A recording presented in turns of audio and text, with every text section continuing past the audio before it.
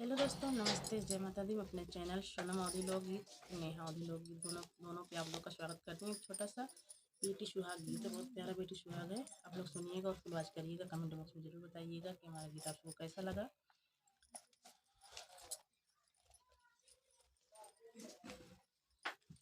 मैं तो से पूछाऊं लौरी बाहिनिया रे लौरी बाहिनिया रे कैसे आए ससुर का लोग रे लाला नवाय रे कैसे आए ससुर का लोग रे लाला नवा। मैं तो से पूछाऊं रे लौरी नाहिनिया रे लौरी बाहिनिया रे कैसे आए ससुर तो हारा रे लाला नवाय रे कैसे आए ससुर तो हारा रे लाला नवा।